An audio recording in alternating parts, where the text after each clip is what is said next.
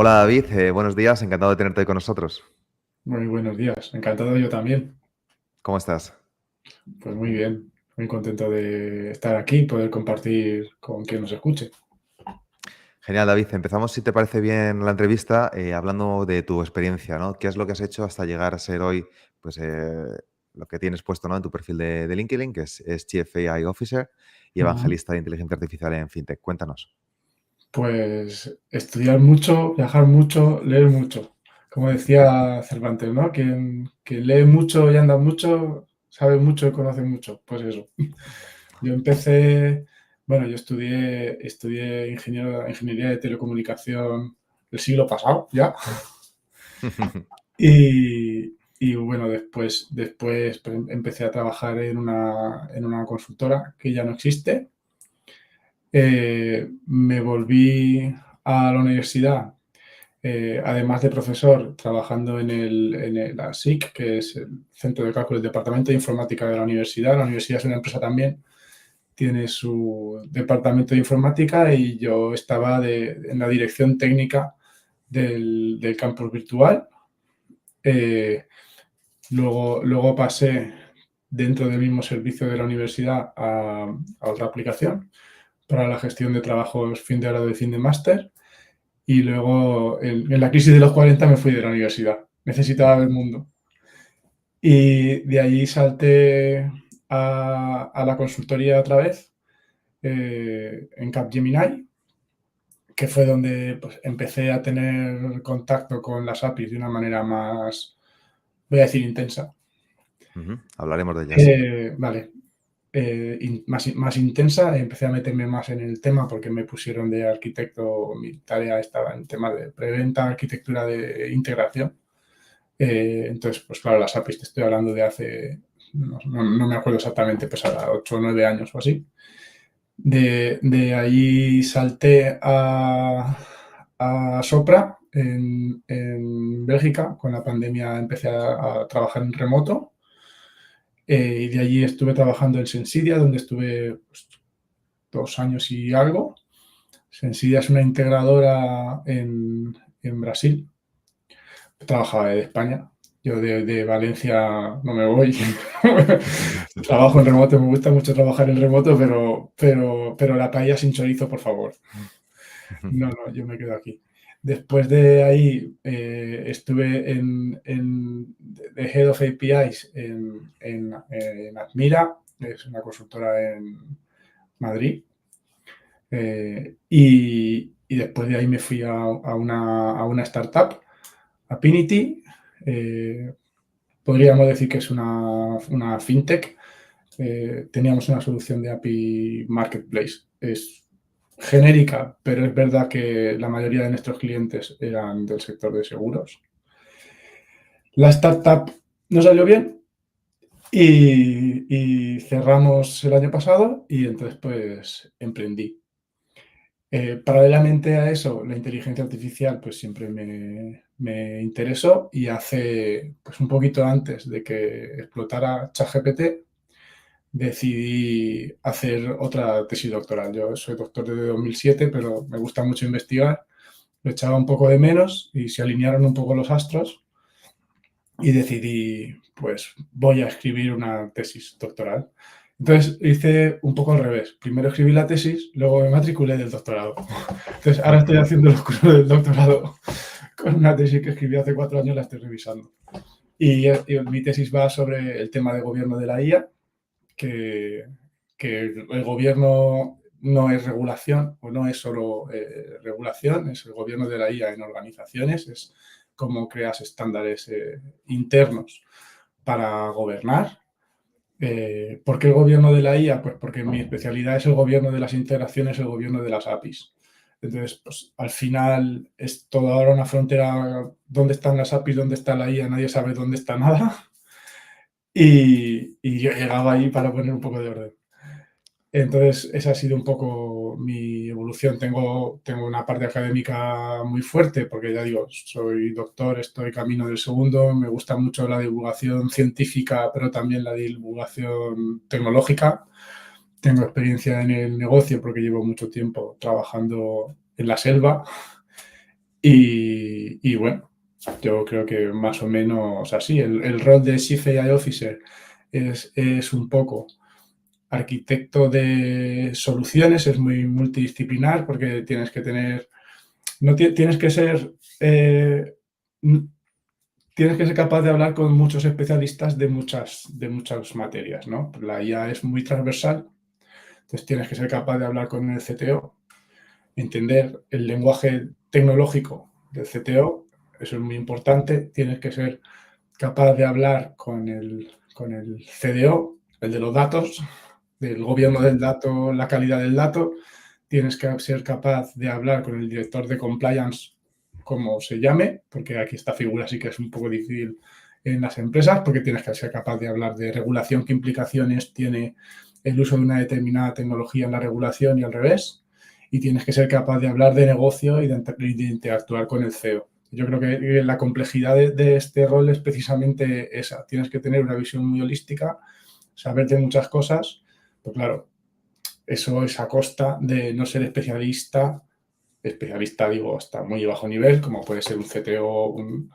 en ninguna de ellas. No hace falta que sepas entrenar modelos, no hace falta que domines la tecnología, no hace falta que seas abogado, hace falta que controles y que puedas hablar de esas determinadas materias. Yo creo que es un rol bastante retador. Y como a mí me gusta saber de todo, pues dije, ya está. Pues Pues, nada, aquí, y entonces aquí estamos para que sí, nos cuentes. hace poco me certifiqué y la verdad es que estoy encantado, es un rol muy difícil. Entonces estoy ahora intentando crear un poco de conciencia sobre qué es el rol, cómo encajarlo en una organización. Yo creo que parte no voy a decir fracasos, pero sí no éxitos de proyectos de inteligencia artificial en organizaciones vienen porque no hay un rol con esa visión holística. Al final, la inteligencia artificial acaba pues debajo, dependiendo del director de compliance, que es, ostras, si esto es de tecnología ya, pero es que con el AI Act, o del CTO, dices, vale, pero esto es tecnología, sí, pero ¿y qué pasa con la regulación? O, ¿sabes? La IA tiene un impacto también muy grande en la cultura empresarial, que es algo que todo el mundo dice, la cultura está muy bien, todos lo sabemos, pero es que hay que actuar.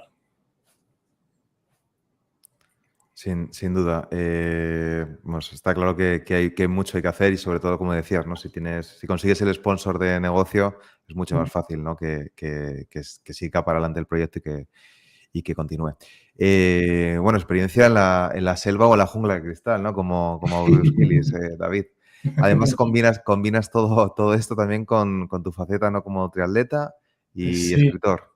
sí, bueno, hago triatlón, también juego a un deporte minoritario que es el touch rugby y que me encanta.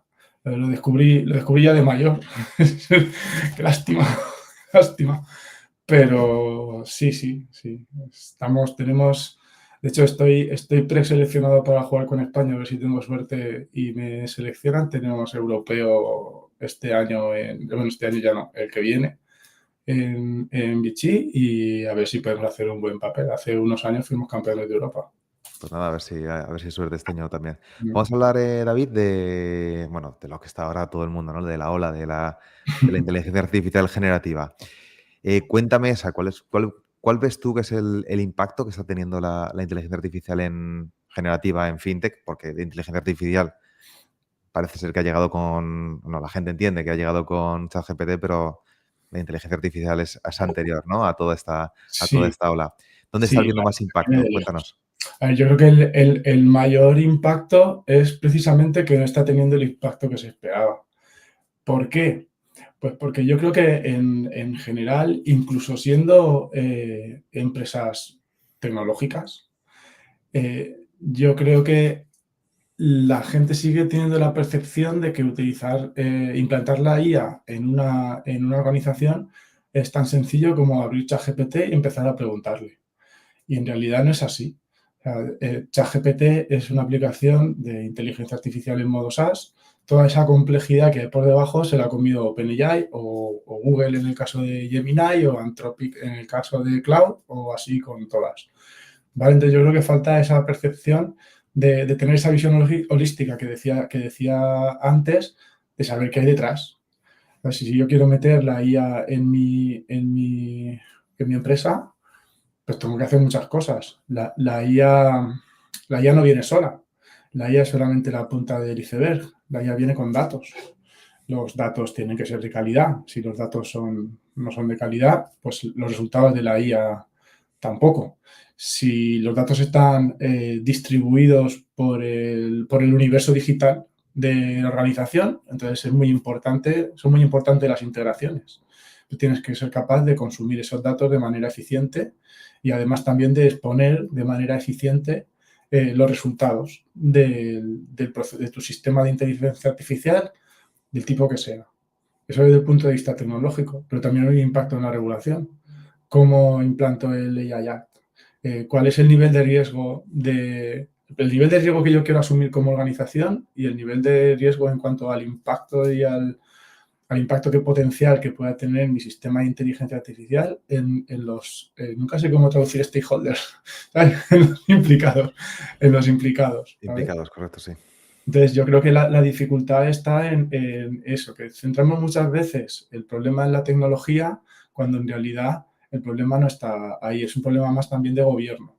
Por eso el gobierno es importante. Al final el gobierno lo que te permite, o el objetivo del gobierno es saber quién hace qué, cómo y con qué herramientas, para que puedas tener esa trazabilidad, no solo en las decisiones que toma la inteligencia artificial, generativa de la que sea, sino ni la trazabilidad del dato, sino la trazabilidad de qué pasa con la IA en tu organización, para poder ver pues, si realmente tiene sentido que utilices la IA en tu organización, si realmente la estás utilizando de manera ética, responsable, inclusiva, diversa, sostenible, etcétera, y si realmente es lo que te pide el mercado y cómo incorporas las necesidades del mercado en esa solución de inteligencia artificial.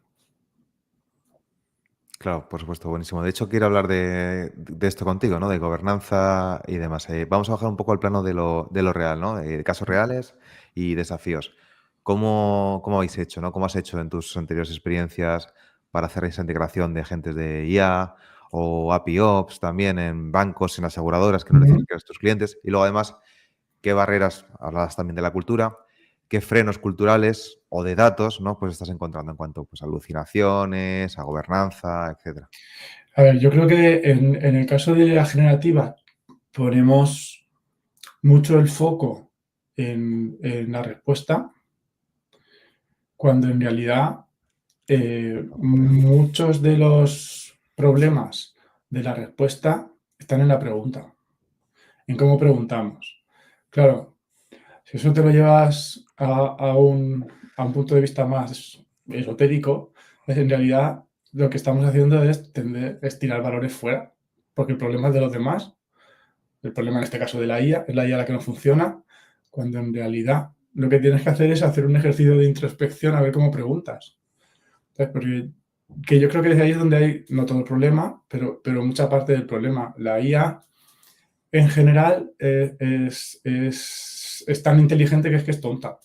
Entonces tienes que aprender a preguntar, a especificar bien las cosas, como si fuera pues alguien sin ninguna experiencia laboral que no tiene ni idea del sector en el que está, pero con una capacidad de procesamiento y de búsqueda muy grandes.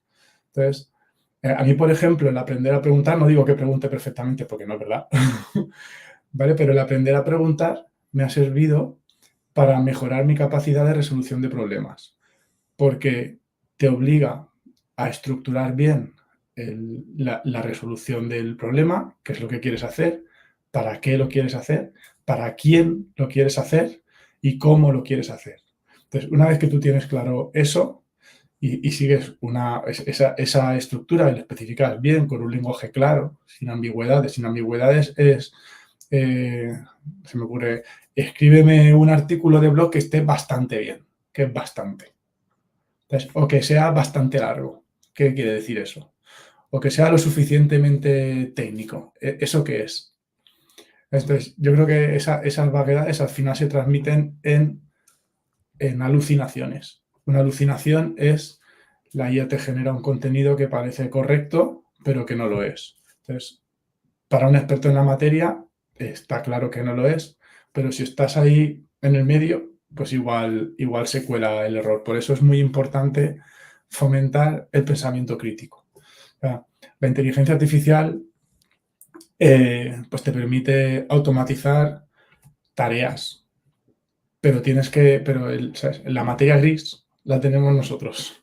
Entonces, tienes que cuestionar lo que dice la inteligencia artificial para garantizar que lo que hay después es de calidad. Si no, al final, yo lo digo mucho, ¿no? La inteligencia artificial, el que era tonto antes de la inteligencia artificial ahora es más tonto, y el que era listo ahora todavía es más listo. La IA es un amplificador. Entonces, la capacidad de... Si nosotros nos queremos convertir en Homer Simpson o en Einstein, es decisión nuestra. Lo bueno que tiene la IA es que puede automatizar tareas repetitivas que no aportan mucho valor y eso te deja espacio para la creatividad. Si tú eres capaz de entender qué es lo que hay detrás de un determinado problema y la IA te propone, y digamos, la forma estándar de resolverlo es primero el 1, el 2, el 3 y luego 4, si tú eres capaz de ver qué hay detrás de eso, puedes empezar a plantearte ¿y qué pasa si pongo primero el 4 y luego el 2 y luego el 1 y luego el 3? Y eso es la innovación. Yo creo que ese es el gran potencial de la inteligencia artificial. Por eso cada vez los ciclos de innovación son más cortos. Y eso da mucho miedo.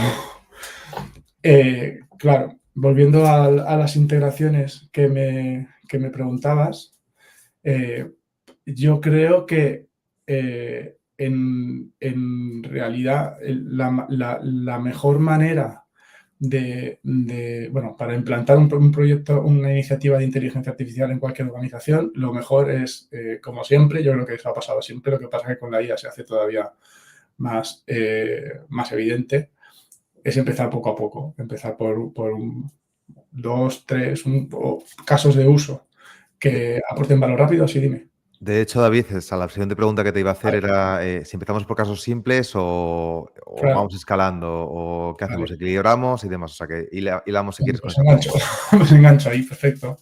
A ver, hay que empezar por casos simples. Es decir, no puedes empezar la casa por el tejado. Entonces, y además, tampoco puedes esperar. Los proyectos de IA son muy complejos, tienes que tener muchas cosas, pero no puedes esperar a tenerlas todas para empezar, porque entonces es parálisis por análisis. Y así no vamos a ningún sitio. Los CEOs quieren resultados para antes de ayer. Ayer. Entonces, hay que meter todo eso en la costelera y ver cómo lo puedes hacer para tener contento al CEO, pero que el CIO, el CDO y el CFO no se estén tirando de los pelos.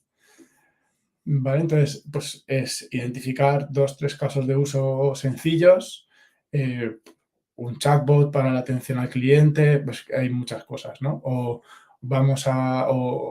la IA para apoyar al Departamento de Recursos Humanos en la selección de personal, o algún modelo los modelos de predicción ya son cosas más complejas, pero es encontrar 2, 3 casos de uso que realmente sean sencillos y que aporten valor, así el CEO está tranquilo, que tengan impacto en la organización, también porque pues, la organización vea que realmente la IA está aportando valor y eso hace que pues, se sienta más comprometida con el uso de la IA.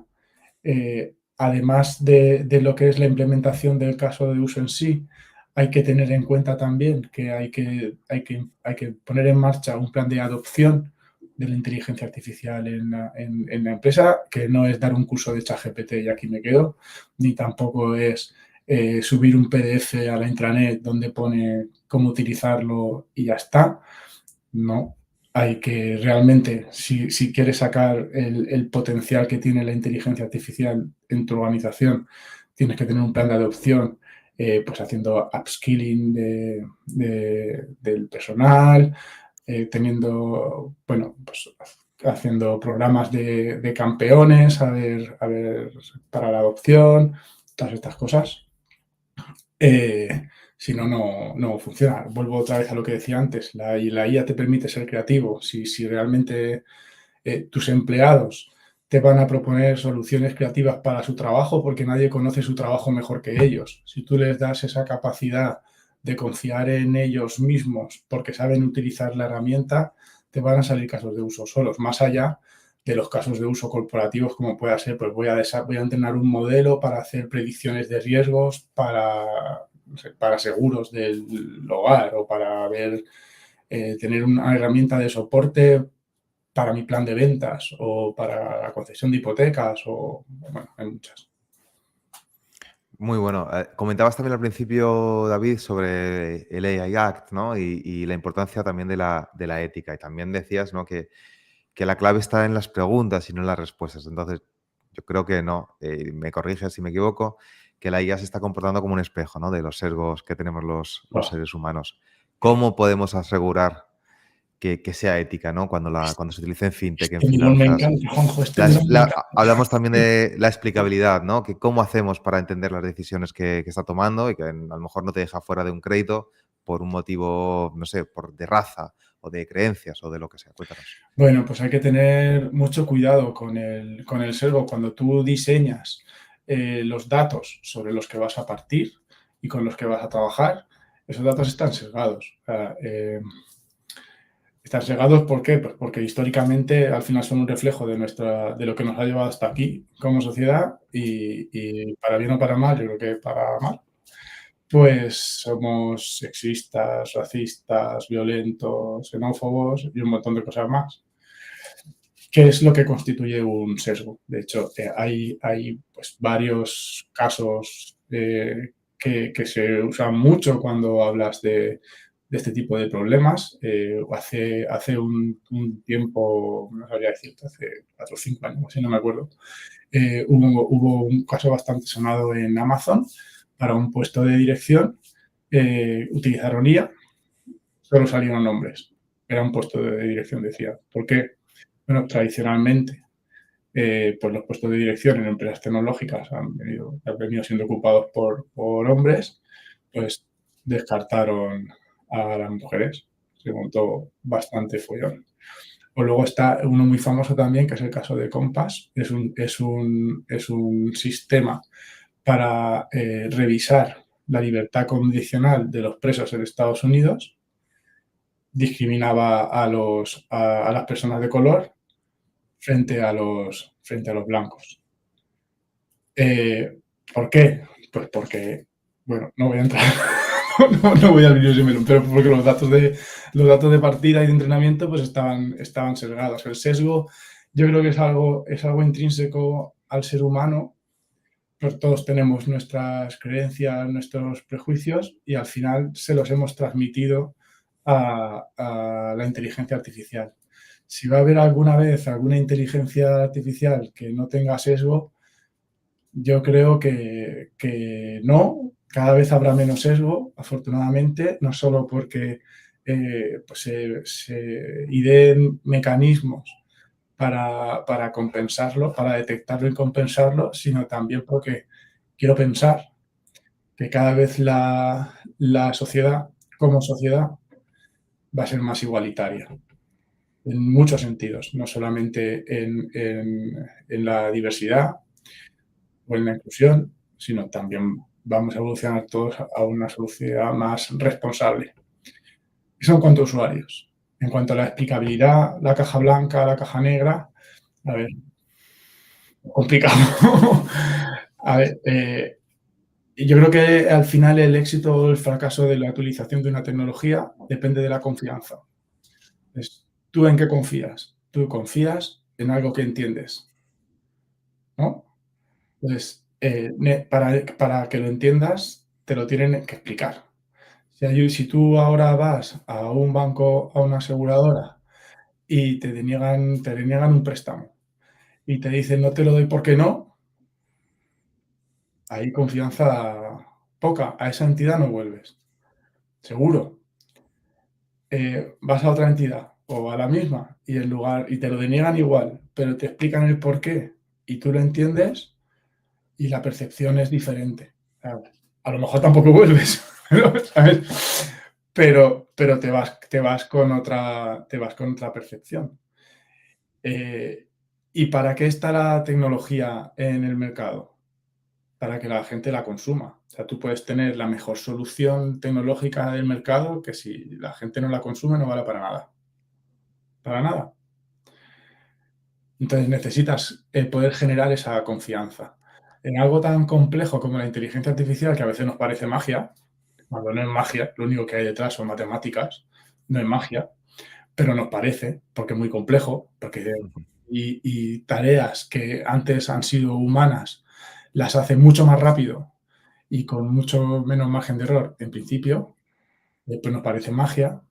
La generación de esa confianza se basa mucho en que seamos capaces de comprender qué es lo que hay detrás, que nos expliquen cómo utilizan cada dato. Y eso es la explicabilidad. Y por eso es tan importante. Y eso es lo de la caja, que no sea una caja negra. Caja negra es la magia, pues yo quiero saber qué es lo que hace esa caja negra. Al final hay una parte de caja negra que va a estar ahí, que es cómo funciona el algoritmo. No puedes bajar hasta abajo del todo, pero sí que tiene que haber una cierta transparencia que nos permita entender y qué es lo que hay detrás y estar seguros de que las decisiones que ha ido tomando la inteligencia artificial no están sesgadas, por ejemplo. Estoy de acuerdo, David. Hay que trabajar en ese aspecto y el cliente, ¿no? O el usuario al final debe tener el conocimiento y saber por qué se ha llegado a esa decisión para ser capaz de asumirla. Cambiamos ahora, si te parece, un poco Claro, de tema. Vale, vamos a hablar de carrera y consejos. Ya tienes mucha experiencia, has estado muy vinculado en principio, ¿no? En todo el mundo pues, universitario, investigador. También conoces el sector desde el punto de vista de la consultora y tecnológico. Entonces, ¿qué skills dirías tú que debería priorizar a alguien para tener éxito, para triunfar en el sector fintech, ahora en este mundo, en este momento, ¿no? De la que ha llegado la inteligencia artificial generativa? Y luego también, si me quieres compartir, pues cuál es ese error bendito que has tenido en tu carrera que luego a la postre pues te has alegrado de tener para mejorar en algún aspecto. pues fíjate que estamos inmersos en una revolución tecnológica y yo creo que el skill principal que hay que tener es la empatía, que no es una skill, digamos, tecnológica, ¿no? Yo creo bueno, no me gusta mucho la división entre hard skills y soft skills, porque creo que además es al revés. Pero bueno, la voy a utilizar, ¿vale? Claro, para mí las hard skills, que son las que están asociadas al conocimiento, ¿no? Al saber hacer tareas, pues yo creo que esas son automatizables, ¿vale? Eso son las que se pueden delegar en la IA hasta cierto punto. Ujú. Pero las soft skills son las humanas, la empatía, ¿sabes? El saber escuchar, todas estas cosas, ¿no? Entonces, esas no se pueden delegar en una IA. Yo creo que esas son las que van a marcar la diferencia entre los profesionales. ¿Por qué? Pues porque precisamente las hard skills se pueden automatizar, se pueden delegar, pero las otras no. Y eso es lo que te va a permitir diferenciarte. Yo creo que estamos en una revolución tecnológica donde, paradójicamente, van a resurgir las humanidades. De repente estamos hablando de temas como la ética, que es un concepto filosófico, la moral, la responsabilidad, los valores. Yo creo que eso está muy bien. Creo que hacía falta como sociedad rescatar esas tareas más humanas. Nos estábamos convirtiendo en demasiado máquinas. Pues, para mí, creo que estamos en un punto de inflexión como sociedad. La inteligencia artificial nos está poniendo delante de nuestras narices nuestras lacras, ¿sabes? Pues lo que decíamos antes, que en forma de sesgo. Nos está ayudando a tomar conciencia de problemas que teníamos y precisamente de esa toma de conciencia nace el poder que tenemos cada uno de ponerle solución.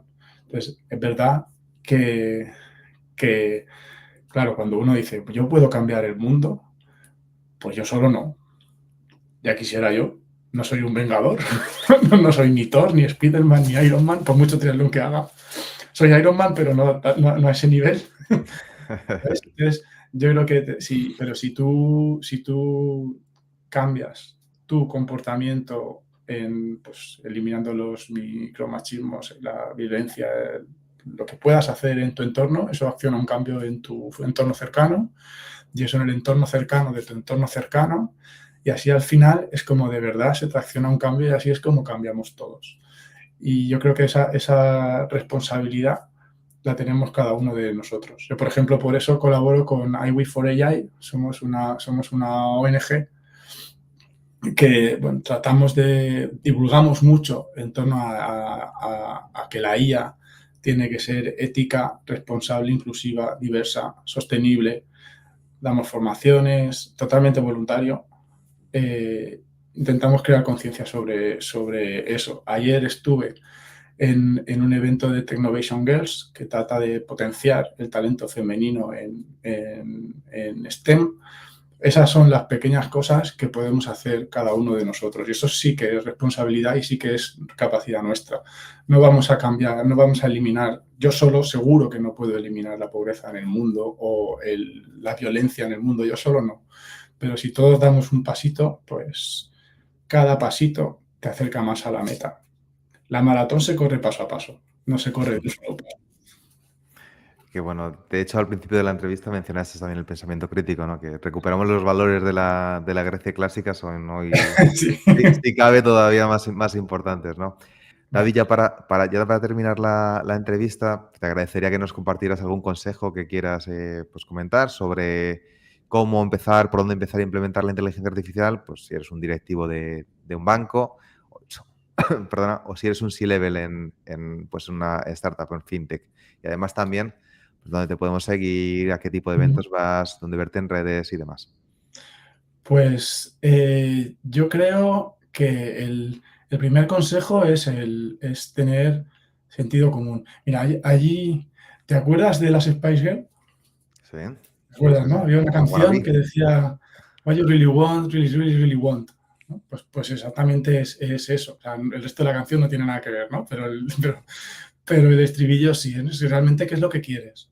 Si realmente tiene sentido y no adoptar la inteligencia artificial o en general la tecnología que sea, solo porque mi competidor lo haya hecho, solo porque me haya leído un artículo en una revista que me haya parecido súper interesante y de repente como hay mucho hype y yo lo quiero también, pues no, esos son factores que tienes que tener en cuenta a la hora de tomar la decisión. Estamos hablando del análisis del entorno y del análisis de la competencia, modelo de Porter clásico, no estoy descubriendo nada, pero también en el modelo de las 5 fuerzas competitivas de Porter te hace una llamada a la introspección, a que veas si tiene sentido para conseguir tus objetivos de negocio, porque si no lo tiene, ¿para qué lo vas a adoptar? Entonces yo creo que el principal consejo es no dejarse guiar por modas o sea, tener los oídos bien abiertos, pero no dejarse guiar por modas. Yo me quedaría ahí porque que es fundamental y tampoco esto es nuevo de la inteligencia artificial. Si no tiene sentido para tu negocio, ¿para qué lo haces? Totalmente. ¿Y dónde te podemos seguir, David? Bueno, me podéis encontrar en LinkedIn, David Roldán Martínez, eventos en casi todos. Oye, nos intento ir, conocemos en uno. sí, no hace mucho. Allí me podéis encontrar el año que viene también. Eventos de inteligencia artificial, de APIs. La semana que viene me voy al API Days de París a dar una charla sobre cómo desarrollar productos de inteligencia artificial, con un foco muy importante en gobierno y en ética y responsabilidad. Este fin de semana doy una charla online sobre cómo poner en marcha iniciativas de IA ética responsable. Estoy metido en muchos sitios y luego en cualquier evento del think tank de iWe4AI, pues también. Y bueno, después de la charla de ayer en Technovation Girls, me han liado. A partir del año que viene seré jurado y coach también, formador, intentando pues, poner un poco de mi granito de arena en que la IA, la gente que vaya, las chicas que vayan a utilizar IA, lo hagan desde una perspectiva pues, ética, responsable, sostenible, un poco extendiendo la labor que desde iWe4AI hacemos. Y bueno, siempre estoy abierto para colaborar, ya lo ves, me liaste rápido. No paras, no paras. Entonces, sin problemas, se me podéis encontrar en los bares, como decía, como era, eso era Celtas Cortos, ¿no? Nos vemos en los bares, creo que era el título del LP. Nos vemos en los bares. El LP, madre mía. David Roldán, Chief AI Officer y evangelista de inteligencia artificial en FinTech, muchísimas gracias por haber compartido este ratito con nosotros. Gracias a ti.